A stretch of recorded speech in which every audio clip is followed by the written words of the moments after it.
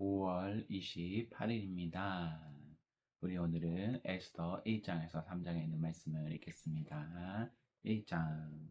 이것은 인도에서부터 에티오피아까지 127도를 다스린 메디아 페르시아 제국의 크셀크세스 황제 당시에 일어난 일이다. 크셀크세스 황제는 수상궁에서 즉위한 지 3년 만에 성대한 잔치를 베풀고 그의 모든 신하들과 고위 관리, 그리고 메디아와 페르시아의 군 지휘관들과 각 도의 총독과 귀족들을 모두 초대하였다. 꼬박 6개월 동안 계속된 그 잔치에서 황제는 부강한 자기 제국의 화려함과 위엄을 과시하였다. 그 잔치가 끝나자 황제는 다시 수산성에 사는 모든 일반 백성을 위해 궁전 뜰에서 7일 동안 잔치를 베풀었다. 그 뜰에는 흰 휘장과 푸른 휘장이 쳐져 있었는데 그것들은 자색에 가는 배줄로 대리석 기둥의 은 고리에 매어 있었다. 그리고 금과 은으로 만든 긴 의자들이 검고 붉고 희고 노란 갖가지 대리석이 깔린 뜰에 놓여 있었다. 황제는 황실의 술을 한없이 내놓아 모든 사람에게 모양이 각기 다른 금 수입잔으로 마시게 했으며 황실 관리에게 명령하여 손님들에게 술을 억지로 권하지 말고 자기들이 먹고 싶은 대로 자유롭게 마실 수 있도록 하였다. 한편 황후 와스디도 황실에 있는 여자들을 위해 잔치를 베풀었다. 잔치 마지막 날에 황제는 얼근하게 취하자 기분이 좋아 그를 시중두는 일곱 넷이 곧 무후만 비스다 하르보나 빅다 아박다 세다 가르가스를 불러 황후 와스디에게 면류관을 씌워 데려오라고 명령하였다. 이것은 황후가 아름다움으로 잔치에 모인 모든 사람들에게 그녀의 미모를 보이고 싶었기 때문이었다. 그러나 황후 와스디가 내시들의 말이 듣고 오기를 거절하므로 황제는 화가 나서 견딜 수 없었다. 이 당시의 황제는 법적인 문제에 대하여 전문가들에게 물어보는 것이 상례로 되어 있었다. 그래서 그는 자기 측근에 있는 법률 문제 담당 자문관들을 불렀다. 그들은 가르스나 세달, 아드마다, 다시스, 메레스, 마르스나 무무간이었으며 이들 일곱 사람은 메디아 페르시아 제국에서 가장 높은 지위를 가진 사람들이었다. 황제가 그들에게 물었다. 황후 와스디는 내시들을 통해 전한 이 크세크세스 황제의 명령에 복종하지 않았다. 이럴 경우 어떻게 하면 좋겠느냐? 법에서는 무엇이라고 규정하고 있느냐? 그러자 무무간이 대답하였다. 와스디 황후는 황제에게만 잘못한 것이 아니라 황제께서 다스리시는 각 도의 모든 귀족들과 백성들에게도 잘못하였습니다. 황후가 행한 일이 제국 안에 모든 부인들에게 알려지게 되면 그들이 자기 남편을 무시하며 크세크세스 황제가 와스디 황후에게 오라고 명령해도 황후는 가지 않았어요 하고 대꾸할 것입니다. 오늘이라도 페르시아와 메디아의 귀 부인들이 황후가 행한 일을 들으면 그들의 남편에게 그런 식으로 말하여 남편을 멸시할 것이며 남편들은 분노를 느낄 것입니다. 그러므로 황제 폐하께서 좋게 여기신다면 칙령을 내려 와스디를 다시는 황제 앞에 나타나지 못하게 하고 그것을 페르시아와 메디아의 국법으로 정하여 변경할 수 없게 하며 황후의 위를 그보다 나은 사람에게 주십시오. 황제의 칙령이 이 광대한 제국 곳곳에 발표되면 빈부 귀천을 막론하고 모든 부인들이 자기 남편을 존경할 것입니다. 황제와 그의 모든 자문관들이 이것을 좋게 여기므로 황제는 무무간의 조언에 따라 각 민족의 언어로 모든 도에 칙령을 내려 모든 남편은 가장으로서의 권위를 가지고 자기 집안을 다스리라고 하였다. 2장. 후에 크세스 황제는 분노가 가라앉자 와스디가 행한 일과 자기가 내린 칙령을 곰곰이 생각하였다. 그때 황제의 자문관들이 이렇게 말하였다. 아름다운 처녀를 찾아보는 것이 어떻겠습니까? 황제 폐하께서 전국 각 도의 관리들에게 명령하여 아름다운 처녀들을 모두 수상궁으로 불러오게 하고 그들을 궁녀 담당 내시인 회계에게 맡겨 그들의 몸을 아름답게 가꾸게 한 후에 황제께서 제일 마음에 드는 여자를 와스리 대신 황으로 삼으십시오. 황제는 이 제안을 기쁘게 받아들여 즉시 실행하도록 하였다. 그때 수산성에 모르드게라는 유다 사람이 살고 있었다. 그는 베냐민 지파 사람으로 야일의 아들이며 시므이의 손자이고 기스의 증손이었다.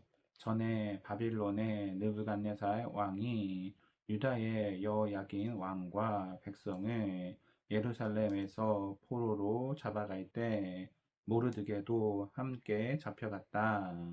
그에게는 하다사라고도 부르고 에스더라고도 하는 사촌이 있었는데 그녀는 얼굴이 곱고 몸매가 날씬한 아름다운 처녀였다. 그 부모가 죽자 모르드게는 그녀를 자기 딸처럼 키웠다. 황제의 칙령이 반포되자 많은 처녀들이 수산성에 모여들었다. 이때 에스더도 그들과 함께 황궁으로 이끌려 가서 궁녀 담당 내시 헤게의 지시를 받았다. 헤게는 에스더를 좋게 보고 호의를 베풀어 즉시 그녀에게 화장품과 좋은 음식을 주었으며 황궁에서 뽑은 7궁녀를 그녀에게 주어 시중 들게 하고 그들을 가장 좋은 별궁으로 옮겼다. 에스더는 자기가 유다 사람이라는 것을 아무에게도 말하지 않았다. 이것은 모르드게가 그렇게 말하지 말라고 단단히 일러 놓았기 때문이었다. 모르드게는 날마다 후궁 뜰 앞을 왔다 갔다 하며 에스더가 어떻게 지내는지 또 그녀에게 무슨 일이 일어날 것인지 알아보려고 하였다. 처녀들이 크세스 황제 앞에 나아갈 때에는 먼저 2년 동안 몸치장을 하였다. 6개월 동안은 몰약 기름을 몸에 바르고 나머지 6개월 동안은 향품과 화장품으로 몸을 아름답게 가꾸었으며 그 기간이 끝나면 차례대로 한 사람씩 황제 앞에 나아갔다. 그리고 처녀가 후궁에서 황궁으로 갈 때는 그녀가 원하는 의복과 장식물을 얼마든지 주었다. 그 처녀는 저녁에 황제에게 갔다가 다음 날 아침에 황제의 후궁들이 사는 궁으로 돌아와 후궁 담당 르시 사스가스의 통제를 받게 되며 황제가 그녀를 좋아하지 않아 다시 부르지 않으며 평생 황제 앞에 나아가지 못하고 거기서 살았다. 마침내 아비하일의 딸이며 모르드게의 사촌인 에스더가 황제 앞에 나아갈 차례가 되었다. 에스더는 궁녀 담당 넷이 헤게가 지시한 것 외에는 다른 것으로 치장하지 않았으나 그녀를 바라보는 모든 사람에게 호감을 주었다. 크세크세스 황제 7년 10월에 에스더가 황궁으로 들어가서 황제 앞에 나아가자 황제는 다른 여자들보다 에스더를 더욱 좋아하고 사랑하여 그녀에게 면류관을 씌우고 와스디 대신 황후로 삼았다. 그러고서 황제는 에스더를 위해 큰 잔치를 베풀고 모든 대신들과 신하들을 초대하고 그 날을 임시 공휴일로 정했으며 각 도에 황제의 하사품을 보냈다. 황제가 두 번째로 처녀들을 불러 모았을 때 모르드게는 정부 관리가 되어 궁궐 문 앞에 앉아 있었다. 에스더는 모르드게의 지시대로 자기가 유다 사람이라는 것을 아무에게도 말하지 않았는데 이것은 그녀가 어릴 때처럼 모르드게의 말에 순종하였기 때문이었다.